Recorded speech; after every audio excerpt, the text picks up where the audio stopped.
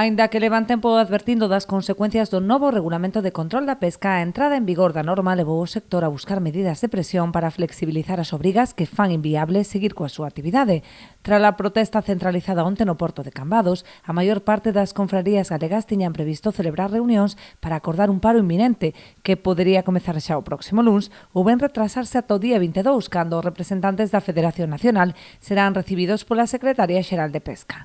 O que acordamos foi ter unha reunión, daremos unha reunión un pouco tarde ao Ministerio para o día 22, onde vamos a estar representados toda España, con as súas comunidades e cos seus presidentes de federacións e todo. Entón, bueno, hasta aí, moi ben, na reunión que tivemos onte pola tarde, con toda España tamén, non sabemos aínda se vamos a facer a parada xa antes.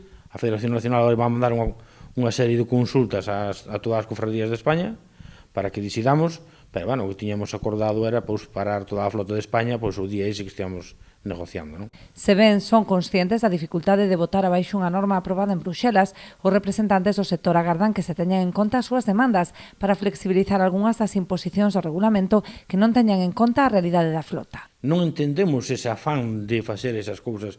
Imaginémonos no kilo cero, poñer un kilo cero, que tomas un peixe variado, que tomas un lenguado, pesar ese lenguado no mar, co balance que hai, con mal tempo, ou ainda sin mal tempo, co barco móvese cunha báscula de precisión, nunca vai a coincidir co que vai a pesar en kilo.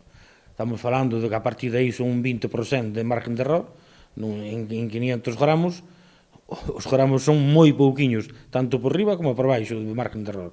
Iso xa supondría unha sanción de 3.000 euros, tanto por riba como por baixo. É o mínimo. Entón, eso vemos que é un afán ou recaudatorio, non entendemos ese afán de control.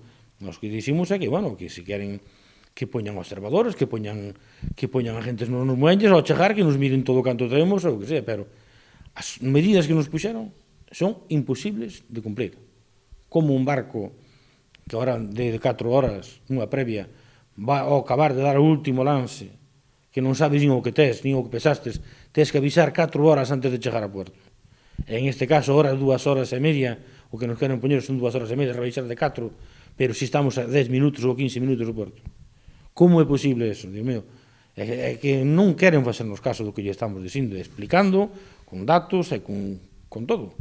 É que non vemos como un barco do cerco vai a poder retransmitir o peso exacto das capturas, que hai días que non solamente llevan sardiña ou llevan cabala, que ven mezclado anchoa con sardiña ou sardiña con xurel, e hai que separar todo e pesalo antes de entrar no puerto.